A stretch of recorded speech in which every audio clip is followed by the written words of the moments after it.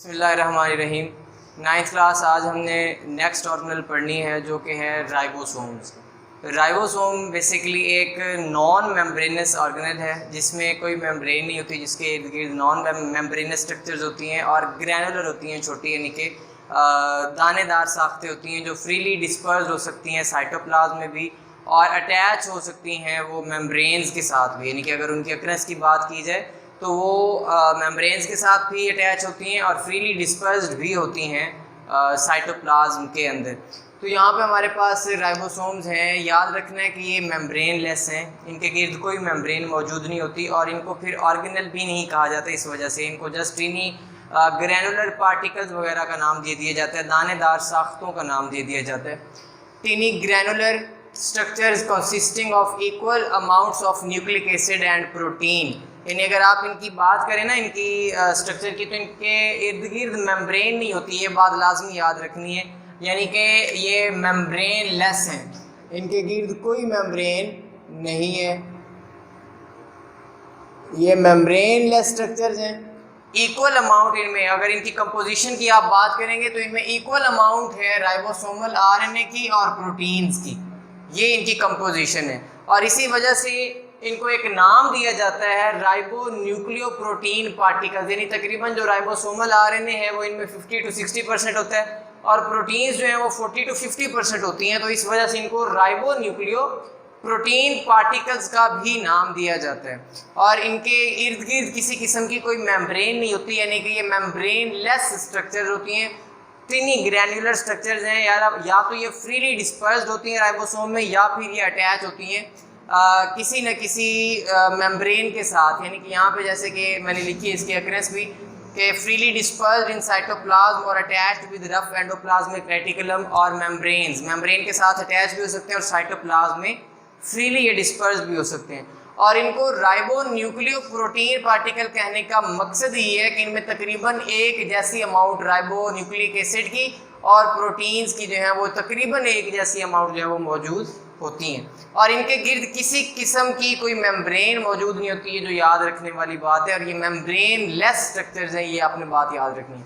और कंपोजिशन, फिर आप इस कंपोजिशन की हेडिंग देंगे कि तकरीबन 50 से 60% और 40 to 60% जो है वो प्रोटीन है और ये राइबोसोमल आरएनए। इसी वजह से इनको राइबो न्यूक्लियो प्रोटीन पार्टिकल कहा है, क्योंकि राइबो न्यूक्लिक एसिड और प्रोटीन की इक्वल अमाउंट्स मौजूद हैं। ये इसकी कंपोजिशन है।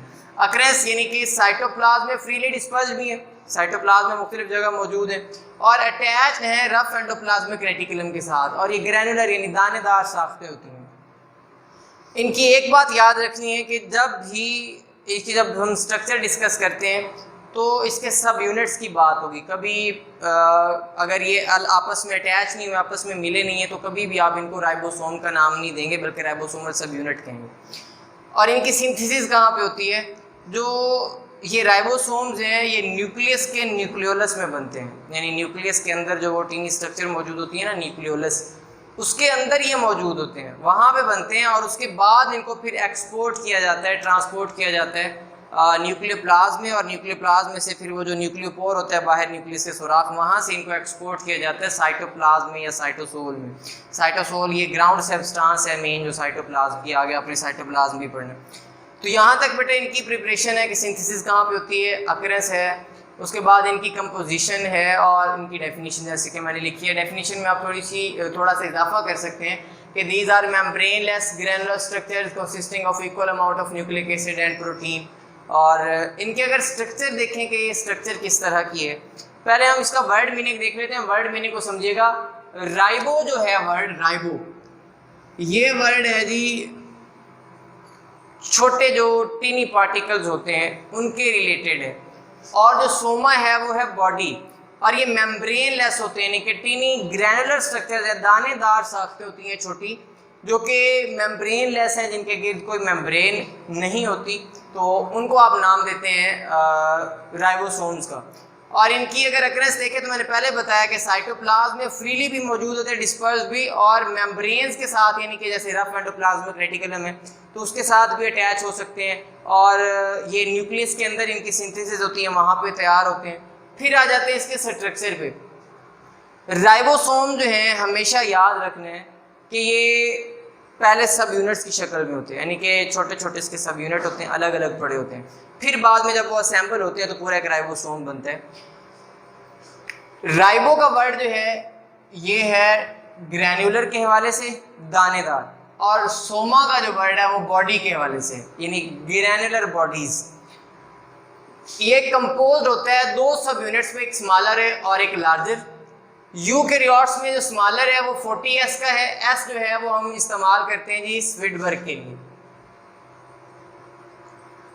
ये साइंटिस्ट के नेम पे है जिसने इनको डिस्कवर किया था, उसी के नाम पे ये यूनिट इसको दिए गए स्विडबर्ग। जैसे किसी चीज़ का वज़न का यूनिट आप किलो कर लेते हैं, साइज़ का यूनिट जैसे कि आप मीटर वगैरह ETC, तो वो जो यूनिट रखा गया इनके लिए वो स्विडबर्ग यूनिट है। वो 40S का स्मॉलर है और लार्जर है 60S का। जब ये मिलते हैं तो यूकैरियोट्स में जो राइबोसोम बनता है वो बनता है 80S का। ये 20S कहाँ जाते हैं, वो यूज़ हो जाते हैं बाइंडिंग में। मैं मिसाल आपको समझाता हूँ। मिसाल से आपके पास दो स्ट्रिप्स हैं या दो आपके पास रस्सी के टुकड़े हैं और 5-5 मीटर के हैं दोनों, आप उनको जोड़ना चाहते हैं तो 5 और 5 मिलके तो 10 होने चाहिए थे, लेकिन आप जब उसे गिरा लगाते हैं और बाद में बचते हैं आपके पास 9 मीटर।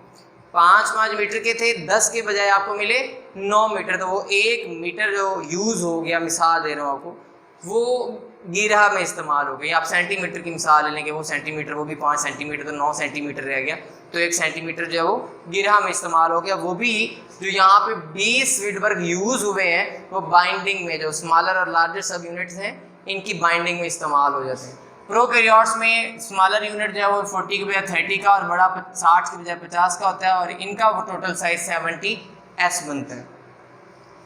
ये इसकी स्ट्रक्चर बनाई है कि लार्ज सब यूनिट है और ये स्मॉलर सब यूनिट है, और इनकी फंक्शन देखें तो ये असेंबल होके प्रोटीन बनाते हैं। इनके प्रोटीन सिंथेसिस का जो काम है, ट्रांसक्रिप्शन के बाद जो ट्रांसलेशन का काम होता है, तो वो राइबोसोम की सरफेस के ऊपर हो रहा होता है, तो प्रोटीन सिंथेसिस में इनका मेन किरदार होता है। तो यहाँ तक ये हमारे पास राइबोसोम यानी कि जो ऑर्गेनेल थी वो हमने स्टडी की है। यानी आपने इसकी पहले डेफिनेशन लिखनी है, डेफिनेशन के बाद कंपोजिशन और अकरेंस है, फिर सिंथेसिस है और फिर उसकी स्ट्रक्चर है। इस तरह से आपने ये बयान करना है। छोटा सा आपके बुक में ये टॉपिक लिखा हुआ है, तो हेडिंग्स बना के और ये डायग्राम के साथ इसको आपने इसी तरह से एक्सप्लेन करना है। अल्लाह हाफिज़।